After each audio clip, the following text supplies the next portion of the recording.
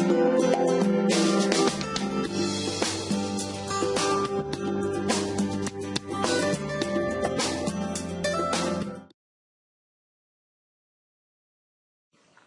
viewers, this is Mohan Vamsi.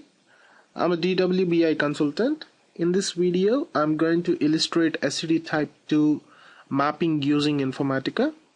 The viewers of this session should have very good understanding on how to create mapping session, workflows, transformations, reusable transformations using Informatica.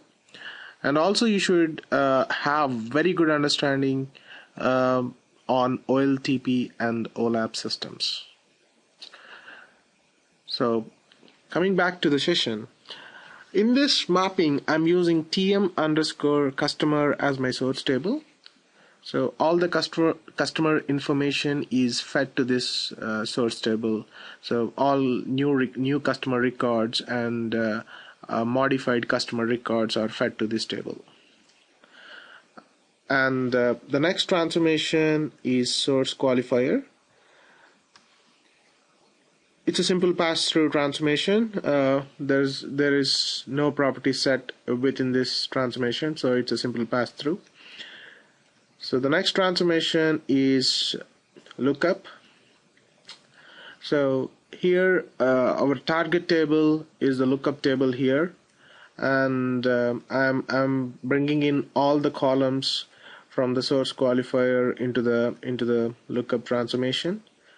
And the join condition will be customer ID from the source is equal to customer ID from the lookup table. The one more important property is lookup policy on multiple match, and we need to set that property to use last value. So this property will return the last row which satisfies the join condition.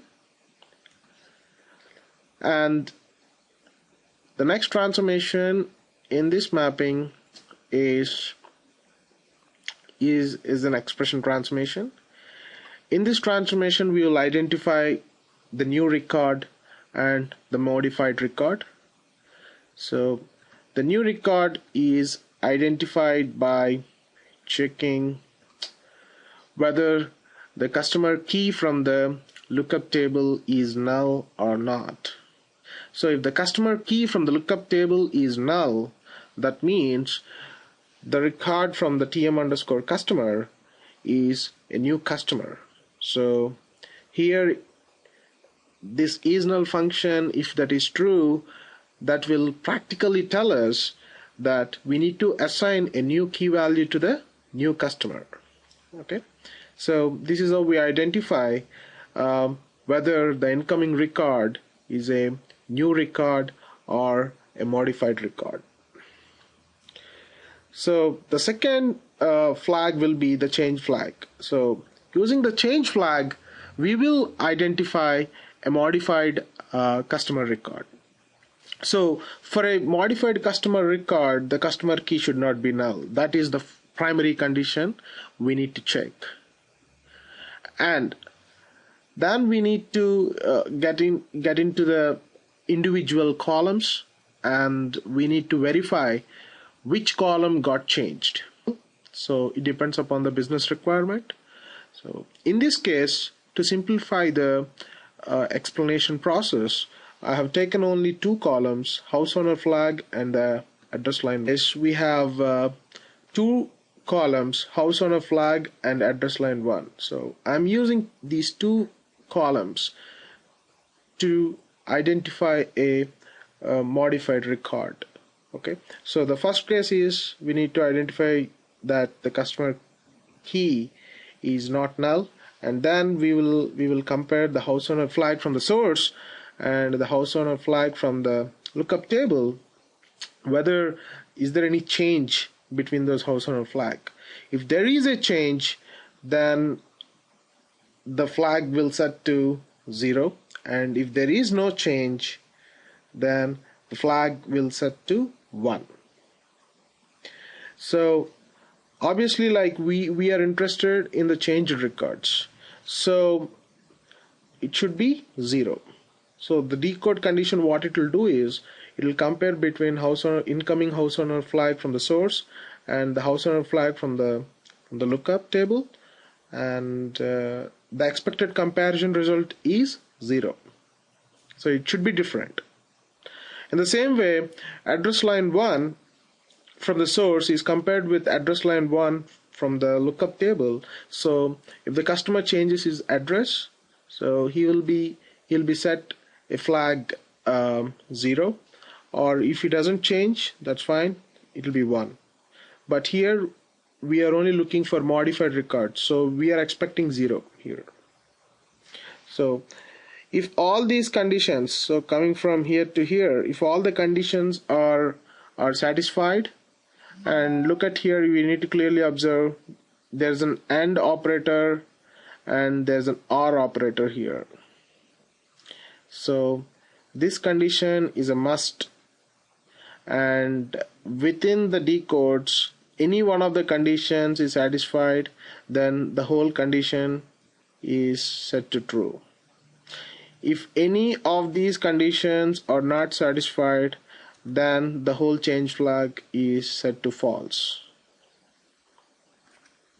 Okay. And I would like to point out 4 new columns that I added in this expression transformation. That is current date, and I defaulted it with sysdate, so it will pick up the current date and time. Default date, so I've given a default date as 01/01/1800. So whenever a new record enters, I'm capturing the start date and end date of that record. So the start date will be the current date and time, and the end date will be 01/01/1800. That's a dummy date. In the same way, the new record is identified with a flag, so with a status flag. So for a new record, I'm giving a status flag as 1, and for an old record, I'm giving a status flag as 0. Okay, so using this current date and default date, that is like record start date and end date, and the status flag, we can easily identify which record is a new record and which record is an old record. Okay. The next transformation is router. So in this router transformation, I've taken all the columns from the expression transformation to the router transformation, and in the router transformation I have created 3 different groups. One is new flag, change flag, and default. So new flag will route all the new records, and change flag will route all the modified customer records. So when you look at the new flag records here, so we are interested to route all the new flag records to the target stg underscore customer and stg customer underscore insert, just to differentiate with the other targets. So all the new records will be routed through an update strategy transformation, and the update strategy is set to insert dd underscore insert. Columns are coming from the source. So to give you an example, if you link the path, you can see the record is coming from the source. Okay, and a new customer key is generated, and for that purpose we are using a sequence transformation, and this sequence transformation is a reusable transformation. Okay, and if you look at here, the start date, there will be a status flag. So for a new record, the status flag is always active flag. So active flag is 1, and record enter date will be the sys date, and the record end date will be the default date 01/01/1800. That's very simple. So that's all about a new flag. The new record. Coming to the modified record. So for the modified record, according to STD type 2, first we need to enter the modified record as a new record. We need to flag it as with current flag, and start date should be updated to the current date, and the end date to the dummy date, and the corresponding old records should be flagged with zeros, and their end date should be updated with current date -1. Okay, so we are kind of tracking the history in this way. So let's first see like how to enter a record for the changed customer or a modified customer. So in this update strategy, property is set to dd_insert because we are inserting a modified customer as a new record with a flag set to with the status flag set to 1, and start date and end date are also modified to show up that this is the current record. So for this purpose, again, we are pulling in all the customer records from the source table. So when you link on both sides, you can see this record is again coming from the source, okay, because this is a modified record. And if you look at here, the active flag is again 1, and the active flag is connected to the status flag here, and record enter date will be the current date, the sys date, and record end date will be the default date. And for new inserts and the changed insert will remain the same. The only difference is all these records are coming in with a new flag tag, and all the change insert records are coming in with a modified tag. So then the next important stage will be updating the old customer records with inactive flag and end date set to current date -1. So for that purpose, again, we are going to use the change flag group from the router. So here we are going to get the customer key, because we are going to update the old customer records by using the customer key, and we are also going to use inactive flag here. So when you look at an expression transformation here, we are taking the customer key from the lookup table, so, and the inactive flag, which is nothing but 0, and end date set to sysdate -1. So this is the code for that, sysdate -1. So this update strategy property is set to dd_update. So this will write an update statement which will update the customer status flag to 0 and end date to sysdate -1. Okay, so I used reusable sequence generator for inserting the change insert into the staging customer. So the reason why I used reusable transformation is so that the key repetition will not happen. So the sequence generation will take place for the key.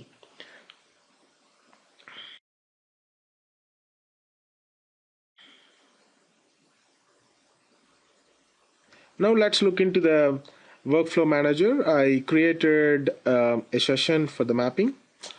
So if you look at the mapping, after setting up all the connectivity to the target, lookup, and source tables, The important setting we need to check is treat source rows as setting. It should be always data driven.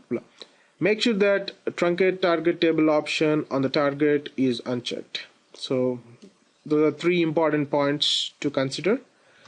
So once you create the session, link it to a workflow, and that was it.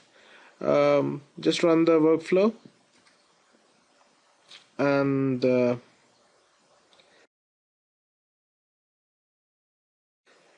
you can look at the session execution in the workflow monitor. It got succeeded. So now let's get into the STG customer and look at a record. So let's consider a customer by the name Rocky. So Rocky is already entered twice into the target table STG underscore customer, and we will see why. And also I'll insert a record into the source table, and I'll run the session, and I'll show you how that record is updated into the target. So let's look at this Rocky record. Rocky is a customer, and 23001 is the first record of Rocky, and that record is entered on 2010-05-25, and Rocky used to own a house, and he used to own a house at this address, 44610 Waxpool Road. On 2011-05-25, Rocky changed his address to 44623 Waxpool Road. So our Informatica mapping examined the incoming record, and when it noticed that the incoming record has an address change, so it made the old record flag to 0, and it set the new record flag to 1. And at the same time, it changed the record end date from the default date to sysdate -1. That is 2011-05-25 -1 will be 24.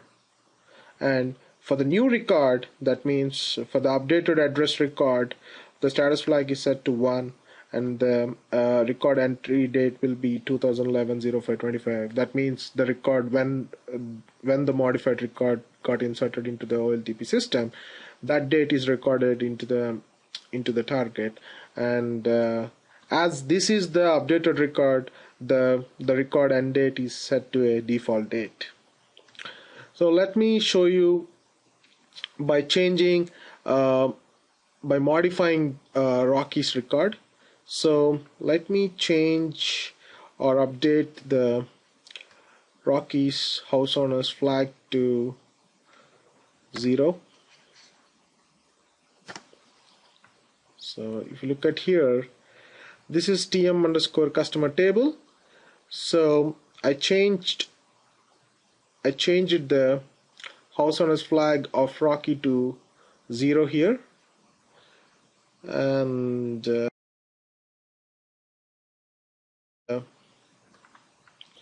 when I run the session, let's examine how the record is inserted into the target. So it got succeeded. So let's go back to the SQL Server database, and let's look at the Rocky record. So if you look at here, now we have 3 records. Okay, so the first record is Rocky's house owner flag is 1, and Rocky used to live at 44610 Waxpool Road. On 2010-05-25, this record got inserted, and he lived at this address till 2011-05-24. And then Rocky changed his address to 44623 Waxpool Road, and he lived there till 2011-05-25 and 2011-06-01. Remember, so today's date is 0602. So 0602 minus 1 will be 0601. So that will be the end date for the old record. And unfortunately, the house owner flag of Rocky is set to 0 now. That is the updated record for Rocky. And Rocky still resides at the same address, but his house owner flag is set to 0 now. And this is the most updated record for Rocky. So the status flag is set to 1, and the record entry date will be 2011-06-02. That's the record entry date, and the record end date is set to the default flag.